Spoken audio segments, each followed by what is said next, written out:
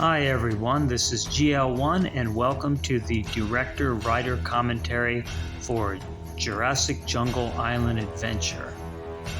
The crabs you see in this enclosure here are land crabs, and they're vegetarians. They're really strong. Their pinchers actually are far stronger than your fingers. They can break them and they can bend metal. Metal that you couldn't bend with your fingers. It's quite impressive. I actually saw some of the results of that. And the music you're hearing here is the first time I've used this adventure music. That's Robert Muldoon rescuing Dr. Ellie Sattler. And here's some pictures of lizards, and I wanted to set up the story here on this tropical island. And a lot of what I did was just go on my vacation and shoot a lot of footage and see how it fit into the story of the scientists and myself going back to the island and surveying the island and seeing what kind of genetic damage had occurred from the experiments. So it was important to me to get this movie out before Jurassic World 3 came out, and I got it out the day before it was released in America. And it took over 40 hours of editing and putting it together. And here I am talking to the camera, setting up the story. And I didn't know exactly how everything would flow. There's just a lot of serendipitous things that happen along the way, and they just went along really well to be able to put the story together, being chased by raptors while surveying the island. And here you have John Hammond and Dr. Alan Grant introducing the characters here. And these are, really high-quality action figures with double elbows, double knees, really good articulation, and, fit them in my suitcase. And, there's Ellie Sattler with Dr. Alan Grant. And, they're going here to survey the island. And again, having really well-articulated action figures is great because they can stand in many different scenes. And there's Robert Muldoon. And you might recognize that sometimes that action figure gets used as me because I do have a vest and I do have an Australian hat. And it just works out well that way. So here I go, I'm introducing the story, and there's the three raptors, Blue in the center, and a couple of other raptors. And my story, I think, went really well, but my effects and what I was able to achieve in Dinosaur Planet, I think, was better. And I think both stories are good, and I think that they both have a lot of interesting nature and jungle scenes. In this movie, I was showing the jungle and, some of the natural and wild inhabitants without really naming them, because I wanted them to be a mystery, to the storyline of the DNA that they'd been experimenting with in the park had escaped into the island and had modified the creatures. And here in the clearance, I would walk about the island myself, and I would find scenes, and I thought, well, this looked like an area that would go really well with like a bedding area for raptors that were, 6 feet tall. They might trounce down some of the nature that was there, some of the plants and things. And this movie doesn't have a lot of toys in it, like Dinosaur Planet, and I really wanted it to be just sort of a mystery of going around the island and seeing all these beautiful natural, creepy, isn't it? We're so close to where they live. wild jungle and ocean scenes. And this is actually, this part of the island was actually used in Dinosaur Planet, but actually you see that mountain in Dinosaur Planet, but there's much more vegetation. It's much higher 6 months later. So then that's where I lost the mermaid, actually, too. So I brought a different hat on that trip. And yeah, here's one of the wild birds from the preserve. And I really don't know what kind of bird that is. But, you know, there were just all kinds of interesting things that I had not seen before, and I wanted to just capture on film and make it into, wow, you know, what kind of DNA escaped to create that giant bird, you know. So a lot of times you just have to wait for them to do something. And I think that's one of the things that I like better about Dinosaur Planet. I think I was able to stuff in a lot more animals and action into that. But this one I really wanted to create, you know, this was my first time actually making a movie, not really part of the show, just a movie in and of itself, and just going through the island and discovering all these habitats. Just to give you an idea of how far into the bush we are. Anything can happen. And I just really love enjoying the way that, you know, you can lose yourself in the mystery of everything that's back in this jungle, you know, how dense it is. And yeah, here's a little waterway. This is actually, this is where I should have gone and shot the mermaid scene, and I wouldn't have lost her, but I would have had to drive there, and I was lazy, and, you know, but this is a little bit of an inland waterway, and there's all these fish that are underneath the water there, and I think there's a little crab you could see there.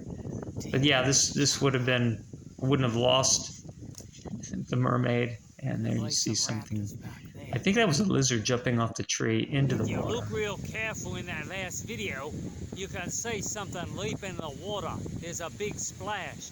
That was a giant lizard looking to hide from us. They're a real shy type, unless they're sneaking up on us to take our bite.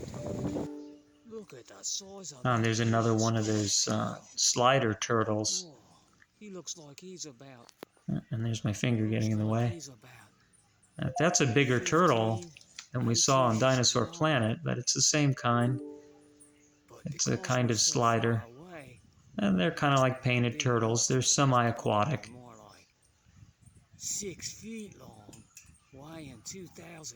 And if they're like painted turtles, they eat pretty much everything. They might eat small fish that are unlucky, and detritus, you know, dead tissue that they find, and plants, looks like he's starting to move soft around. Plants that they can find. His head and moving his leg. Maybe he's getting a little nervous. Or maybe he's getting hungry. And I know, you know, in this movie I was creating the illusion, or trying to create the illusion, that everything was gigantic. So of course this is a gigantic turtle. You know. And there I am looking down from a bridge, much like I was in Dinosaur Planet. Oh, and this one, the turtle actually jumped into the water, which is cool. It didn't do anything in Dinosaur Planet, just stayed there for at least half an hour. It's all bush out here. Jungle creatures. Dr. Grant wants us to know that those turtles were giant versions If I were going to shoot of this movie spiders. again, Normally, I would they're tighten not it very up. aggressive. I But when would they're like shorten some of 16 the feet nature long and they're in scenes. competition But, you know, that's with all part dinosaurs of the for learning food, they process can and be putting things quite together, nasty. is working that out. Look at that green face. Oh, yeah, and there's a beautiful green iguana. Look at that. And what would be cool is if I could tag that iguana, and then when I returned to shoot Dinosaur Planet, if that's the same green iguana that we saw, it's the same part of the jungle, a preserve, actually, and you know, lizards do tend to be territorial, so iguanas, so, you know, yeah, he'd be, you know, bigger months later, 6, 8 months later. You know, be interesting to know if that was the same guy. Oh, there he goes into the bush. There he goes. He's walking. He's not afraid to just hang out with us. But yeah, when they're young, they're very green. And they blend in with the plants. As they get older, they start to turn grayer and more orange. And by the time they're orange, they're maybe 5, 6 feet long, significantly bigger. They do bite, and they have poison glands. Not a very strong poison, but what's interesting is it always seemed obvious to me. They have these circles behind their jaw on the sides of their mouth, much like a lot of other things that are poisonous lizards have. So I always thought iguanas had poison, and it turns out that just, I don't know, within the past couple of years, someone had finally done some testing on that and found out, wow, look, iguanas actually have some poison in their bite. And I always assumed they had poison in their bite because they had those glands on the side of their jaw. I didn't think nobody knew that. But, you know, sometimes mysteries and solutions are sitting right in front of you, and that's why scientists sometimes, you know, you think a discovery could have been done a lot earlier, but nobody's thinking about it. Yeah, and these are the crab holes, and the land crabs, like we saw in the beginning of the movie, yeah, there's a big termite mound. The land crabs will dig a hole and go deeper and deeper and deeper until they hit water. And then they'll stay under the ground, and their shell will soften, and then they'll grow. And then, because this shell is soft, they don't shed their shell. And then they'll come back up bigger for the next season. So this is on top of a mountain, and I didn't get to do a lot of filming up here, but I tried to create the illusion at times that I was on top of the mountain. This is just a leaf, and I thought it looked like a praying mantis, a giant praying mantis carapace, the back of it. And it does. It really does. So, you know, it even looks like there's legs underneath it. So I thought that's one of those things that's just a serendipity thing you find, and you go, well, you know what, this will work really great with the story of DNA escaping, which is what the third Jurassic World movie was about, escaping and, you know, creating this giant locust. And I didn't even know that. I just simply thought, well, that would be an interesting story. The DNA escapes, and looks like they thought too. So this is, I think that's the ceiba tree. And I think it's the same ceiba tree that we see in Dinosaur Planet. And you see all those little spiky things on it. So they're all over the ground too. So that if you're wearing sandals, they can get in your shoe, which I experienced, and that hurt. And then, yeah, here there's all these little fish that are swimming around. You know, it was okay to have the shadow of me filming it because I'm actually there in the story, right? Filming it. Yeah, and this is a shore crab. This is actually, I didn't look it up before I did this talk here, but that one I did see and I saw a name for when I was looking for the 2 crabs in Dinosaur Planet that I could not find a name for. And yeah, there's a fiddler crab. So the one big arm that they use for fighting. I'm walking sideways. And these are crabs that I did not see while shooting Dinosaur Planet. So it was a different time of year, a different season. And, you know, you see different critters. Looks like he's missing one little arm. So real interesting, huh? To walk sideways all the time, but seems to work fine for them. And yeah, these are more of the land crabs, and this is a friend of the person that had the first enclosure, and he has a lot of land crabs, and they eat them, and I did eat them, and they taste good. I feel bad for them though. I'd rather not eat them, but that's the culture. They catch them and eat them.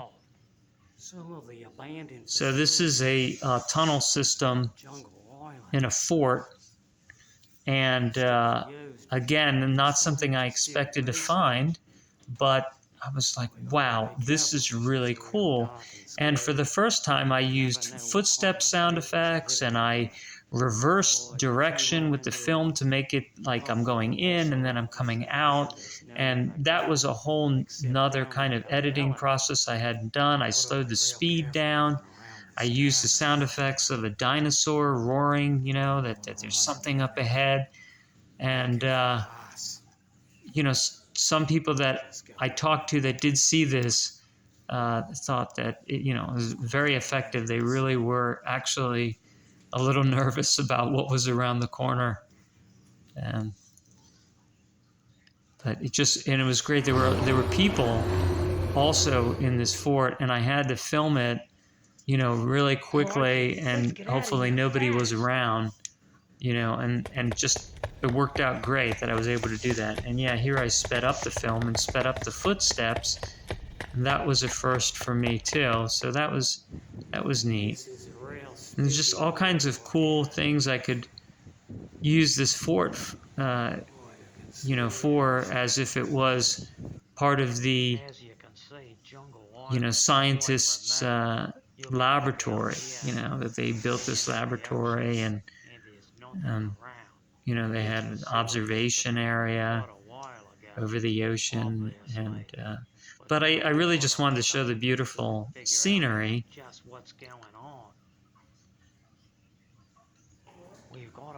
And then this stairway was another great thing that worked out well. And there were other people on the stairs, and I was not with our party, and I'm trying to film this, you know, and not get them in it, and not get their noise in it.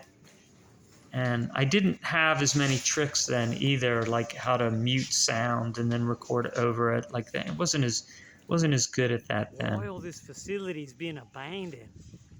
Yeah, there's cannonballs. Of course, I said that they were, you know, eggs, and Apatosaurus eggs. I thought to say that they were, you know, Apatosaurus poop, but I thought, well, you know, maybe that's not appropriate. Yeah, here's the barracks, you know, for the soldiers, but, you know, I was using that. Well, the scientists really don't, you know, they're really behind on some things, and they have muskets, and so, you know, really what you're doing is you're taking a tour on my vacation, and I'm turning it into a totally different adventure. And this was fantastic that I was able to get this shot of this gigantic cruise ship, and nobody was there. You know, I was able to capture this, and nobody was in front of me. So it worked really well with the story that, you know, it was an abandoned cruise ship.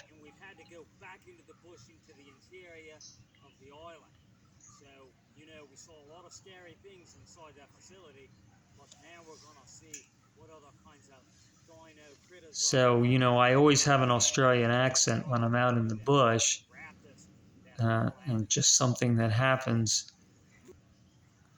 We're going to get in And a there's a little blue closer. crab, and it was pretty Try not big. to, well, I say try not to scare Good him. eating. Like, But try not to have yeah, him that come was, on I think out that here. was like 6 or 7 inches Wanna take a across. That bite, was a really big 'cause I know blue they get crab. hungry.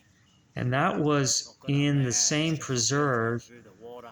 um, that we He's see not moving, those big, 'cause he ain't in scared. Dinosaur He knows Planet, where we we've see the got a lot really more big of him than lizards he with does. the orange lizards. This isn't in Right the here you same see water area. one of the Like blue they crabs would be up above out it of in the the trees bush. up above this. So You see you know, him you can see bubbling how there? clear the water was He's and just able to waiting for capture that something to crab. come And by.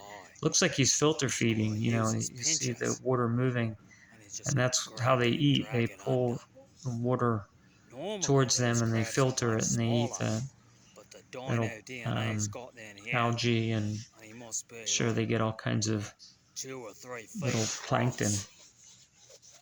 Yeah, some of the dense jungle foliage that you see. Now looky right here.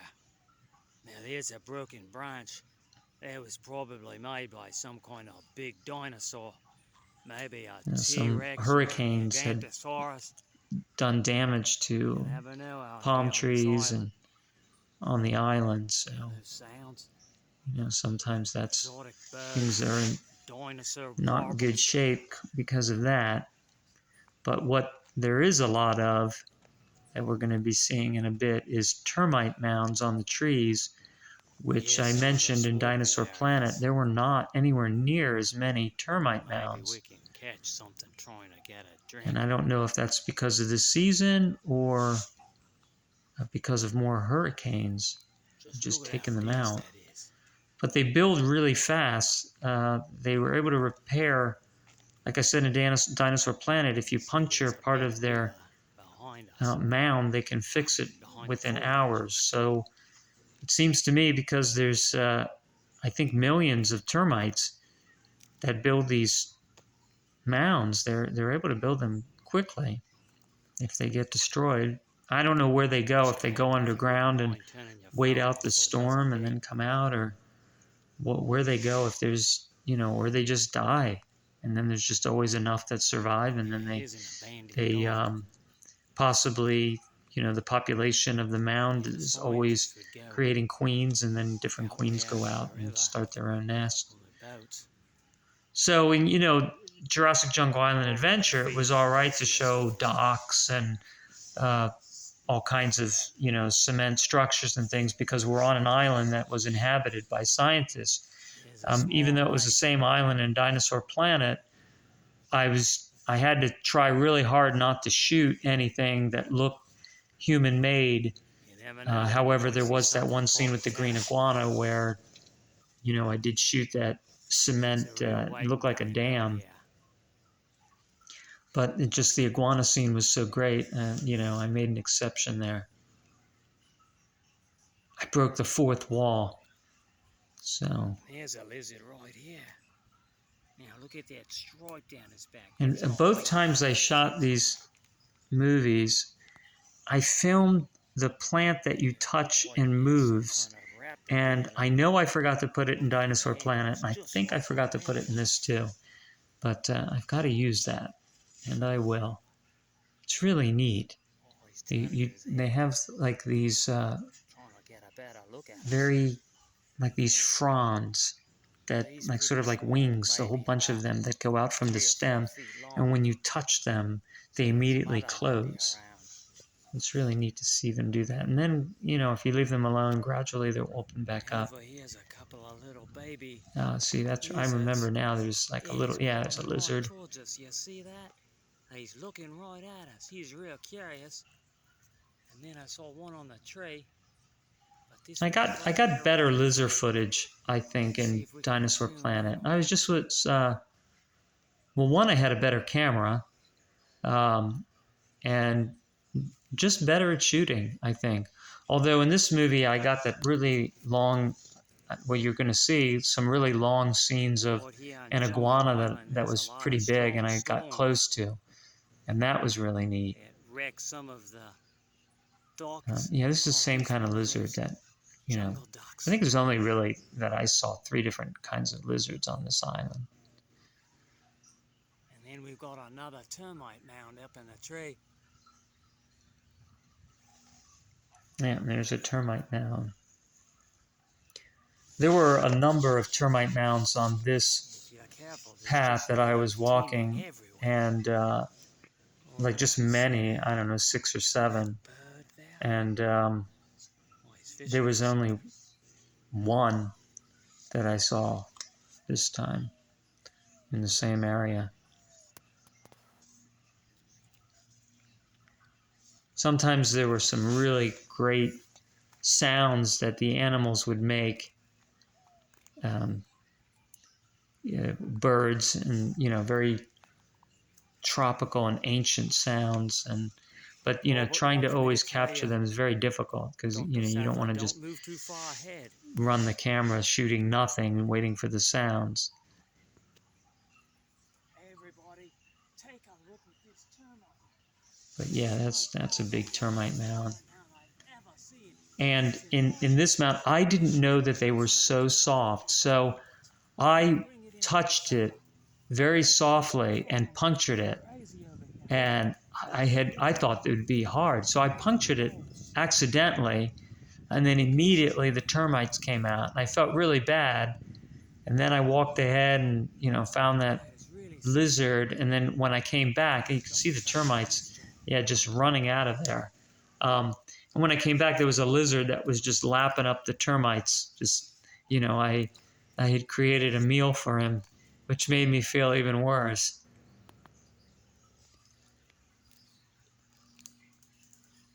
Made the lizard feel good, though. And I remember that there were iguanas in the, that sometimes would be on the branches and things, but they were hard to shoot here. And I didn't know what I was going to get footage-wise. Like I didn't know, I'm going to see another termite mound, or this was all new to me. So sometimes I don't think I shot the film quite as efficiently as I did in Dinosaur Planet, because I didn't know, I thought, well, it's like, well, I got to get all this footage in, because I don't know if there's going to be anything.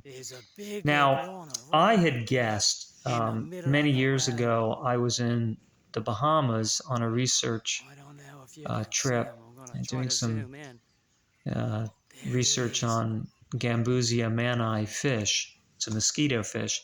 And I remembered that the iguanas would cross these roads. That's where you'd see them, just, in the middle of the day. I guess they, would be sunning themselves, and they'd be out in the open. So with that assumption, I thought, I'm going to walk down this road, and I have an educated guess that I'm going to see a big iguana. And sure enough, I was right. It's a different island, but what I had learned in the Bahamas was still true here.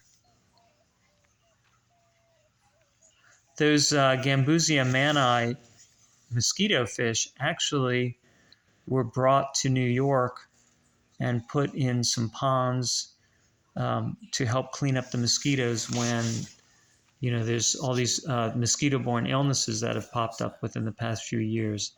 I don't know if the scientist I was working with actually was any part of that.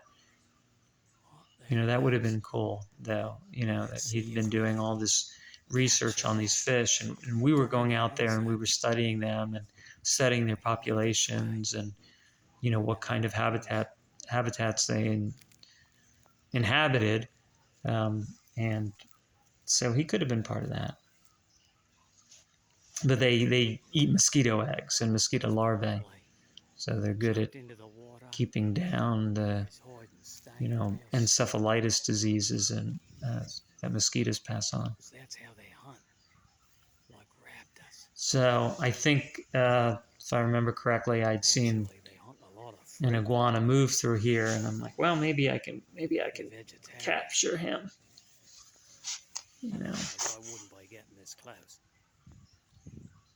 I don't think I would waste my time now, though. It's like, well, you just wait for another scene to pop up. That's all. You just keep walking and find something.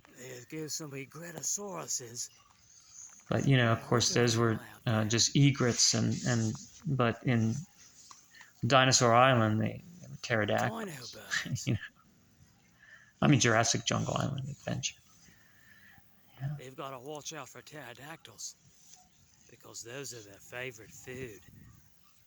They really do look like pterodactyls, though. Snatch him right out At of least the when they're flying.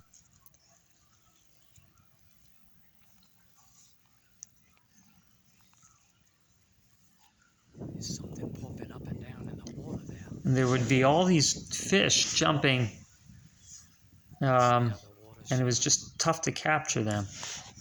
You know, I wanted to really catch one jumping out, and, you know, there they'd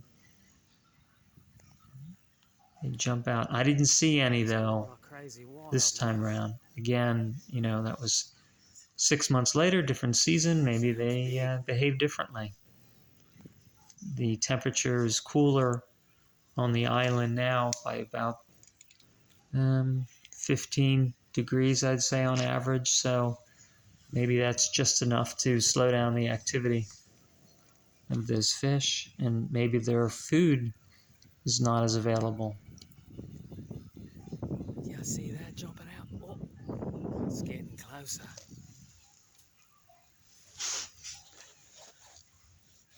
But, you know, keeping with the documentary style, you have to, you film and you look and you wait. You film and you look and you wait and hope something exciting happens. I don't remember what I was saying, but I'm sure I was trying to keep everyone occupied talking while this scene was, while I was filming this. I can also see that the quality of my camera is better. The colors are richer in Dinosaur Planet than they showed up here. And another termite mound. Oh, or is this, I think this might be the termite mound that I punctured, and then the lizard There's just billions of termites. was coming down and lapping them up. I haven't watched this movie since I filmed it. So I'm trying to, you know, don't remember exactly everything that happened. But yeah, now this is a medium-sized iguana. I think I called it iguanodon in this movie. But I got really close to him, like about 4 or 5 feet. And again, you know, trying to be real patient. I debated whether to cut the scene down and just show, okay, there he is, and then, you know, show zooming up to him. And that's probably what I would do now. But then I was just trying to really create the drama of what it takes to slowly approach a lizard and not have it run off. So there's a value in that, you know, just showing everybody, well, you can do it. And they're curious about you too. So if you don't come off like a threat, you know, they'll stick around. Oh, there he goes. He's walking off. He's walking off the path. So, you know, he's moving a little bit towards the woods, or towards the jungle there, just in case he has to run away. Beware, iguanodon crossing.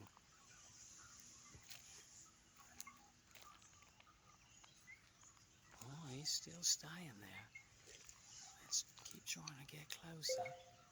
He's as curious of us as we are of him. I'm really getting closer and closer to him, and, you know, obviously approaching slowly enough that he doesn't run away. And that was a surprise to me too. I didn't know that that's how that was going to go down. I had hoped so, and hoping worked. I just figured, well, don't appear threatening. Walk slowly, carefully. And also watch his behavior. If he is tilting his head towards me and looking at me and seeming curious, you know, and maybe sometimes stopping a little bit and letting him, you know, kind of feel safe. They're very fast, so they're probably used to running away from predators. And he's getting a little squirrely here. But you see, he turns around. He's like, well, I'm curious. I think really what's going through his head there is I'm curious about you. So maybe I'm going to run. Nah, I'm not going to run. I'm still curious. This one probably He's about, I think, 3.5 feet long. You know. He's still curious, though. Of course, a lot of that's tail.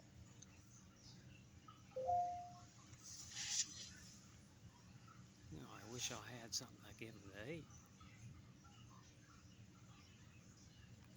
And then, you know, I pause just to, again, give him a feeling of security.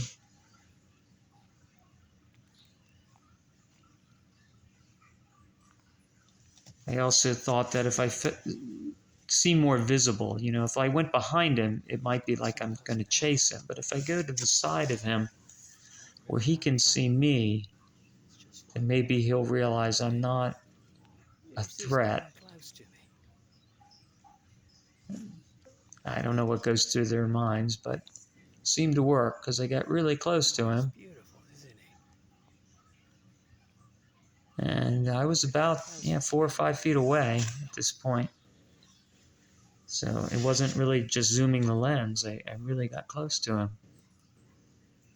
Well, that was zooming the lens. Okay. But I did get pretty close at some point.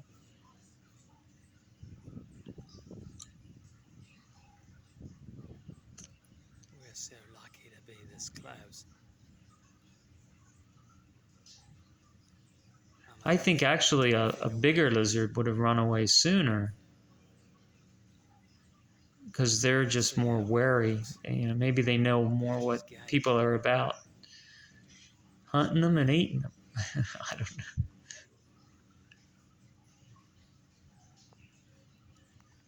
But yeah, he's curious. He's, you know, not in a hurry so much to run away. So I would back up a little bit too. I'll get close and then I'd back up.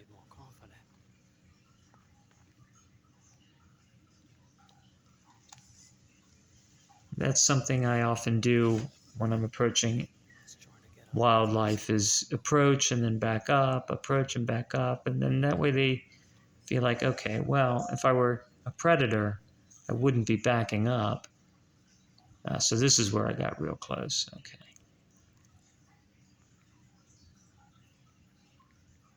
Got that whip-like tail.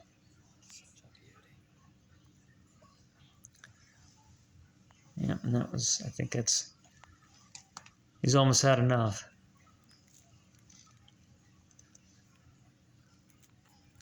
Oh, there he goes running. Got a little too close for his comfort. It's a really long scene, and I didn't have scenes like that in Dinosaur Planet, that's for sure. You know, I think the longest scene was 1 minute and 1 second with the wild parakeet, which I'd heard was a really rare thing to see because hurricanes had killed them, so many of them, so they were really rare now. So yeah, there's the lizard that's coming back to eat the termites from the hole I had put there. And he ran up. When he saw me, he ran up on top of the mound away from the hole. But he was down there eating them, taking advantage of that. Oh, he's looking at me. He's like, hey, why don't you get out of there? Oh, I'm hungry. So we're going to leave and let him get back to what he was doing. Eating. Everybody, this is something real exciting. And this is, right, I was showing you here where they had the termites travel through these tubes, these conduits, not only up and down the trees, but across the road. And they would build these conduits all the way across the road. And people would walk on them or ride their bikes and run over them, and then they'd have to repair them. I don't know how weather resistant they are, but really neat. They, you know, would be controlling the humidity and temperature They might need a more humid environment, and that's why they build these enclosures. But also, it's safer, right? There's predators aren't picking them off. Birds aren't picking them off as they're walking across the road, and that's probably how they build so many mounds. Yeah, there's one that somebody had damaged, and to be honest, it could have been us. I really wasn't looking for those. I didn't. I forgot about that they do that, and so walking looking for the lizard, maybe I kicked through that. But there were other people around too that had been walking, so that might have happened. There's another crab enclosure.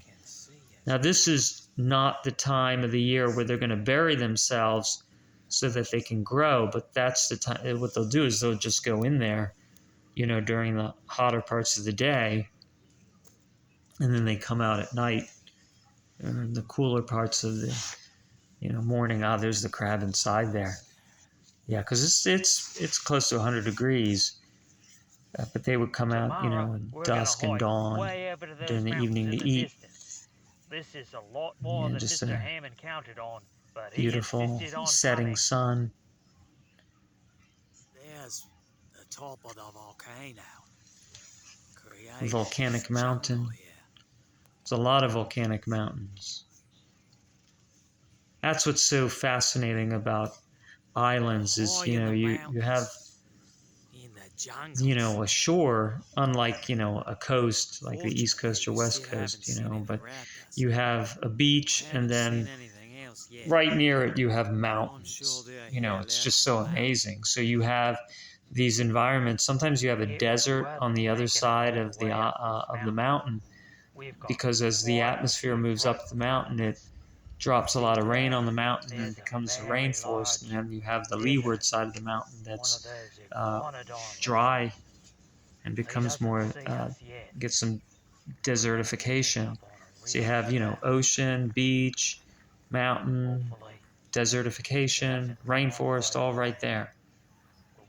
So Mrs. One captured this lizard while I was filming something else, and she sent that video from her phone to my phone, and then I had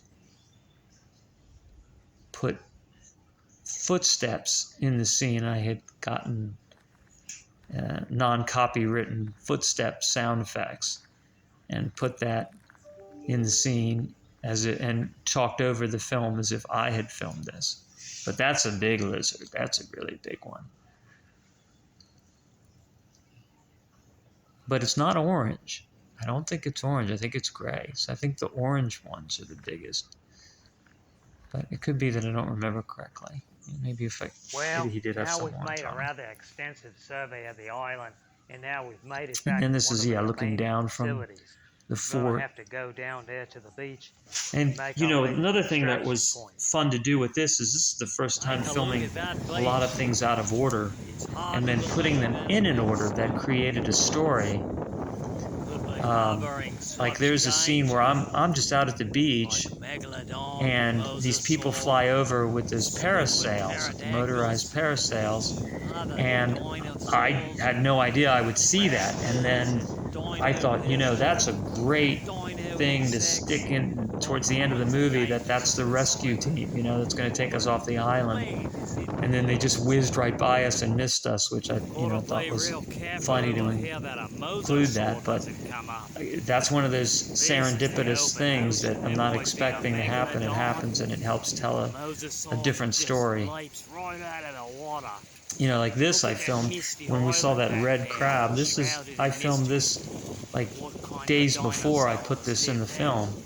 So, it's neat to film things out of order and then really think about it, look over all the little clips and things you have and go, oh, okay, well, how can I integrate this into the story? I think that was a pterodactyl for the movie. So we're nearly finished with our exciting adventure, and now all we gotta And do the water was is much wait here calmer for the rescue team this to time pick of us year. up. It looks like When I they're filmed right this, now. it's much calmer than it was now. Yeah, there's the people parasailing, and I was like, oh my gosh. and they're so close. And in fact, the week before, one or two people had died. They went too close to some trees when they were doing that, and they got tangled up in there. And I don't know where that was, but that was what some people had told me. And I could see how that happened because, you know, it's very windy, and if you're on those things close to palm trees, it can be pretty dangerous. And yeah, here I am filming the last scene. And this is near where I lost the mermaid in Dinosaur Planet. And, you know, getting them to stand up in the sand. And while I'm kneeling in the sand, I got bit on my knee twice by something that itched for 2 or 3 months. And I don't know that it was fire ants, but, you know, filming Dinosaur Planet, I got bit by fire ants, like, and that was 2 weeks ago, and it still itches a little bit. It was actually bothering me last night. I put ice on it. And while I was filming this last scene, yeah, I'm kneeling in the sand here, and I got bit by something on my knee. But I know that, yeah, I'm putting the raptors, you know, kind of trying to hide them, make it look like, you know, this scrub is, you know, 6 feet, 7 feet tall. And I think that worked really well. And then a ghost crab shows up on the beach. And again, that's not something that you know, of course you can plan for. And it's like, yeah, that's a ghost crab. And it just showed up right there on the beach. And I'm like, wow, he was curious, actually. He's a giant crab right in front of you. So he actually went out of his way to come near us. And those are just things you can't plan on. It's not the giant crab that's the problem. It's the velociraptors. We're surrounded. And we're just so I had close to the brought with me point. only these characters, and I had bought, I'd seen this allosaur that just came out. It was really big. And then I knew I was going to have to fly back on the plane with that.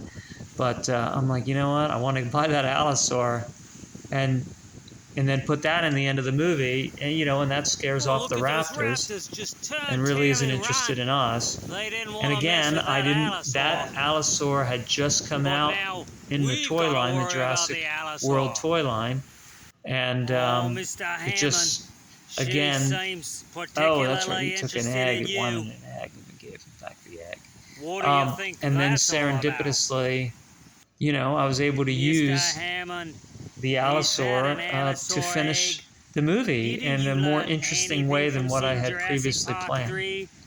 So it's just, you know, you go with the concept and then things happen, and if you're looking for what you can do next and thinking about it all the time, you can, you know, sometimes finish something much better than what you had initially planned. You know, maybe just some raptors, but I think bringing the allosaur into it, you know, was surprising. And this allosaur hadn't really hit the market yet. You know, it wasn't common in the toy stores like it is now. So thanks for watching. I hope you enjoyed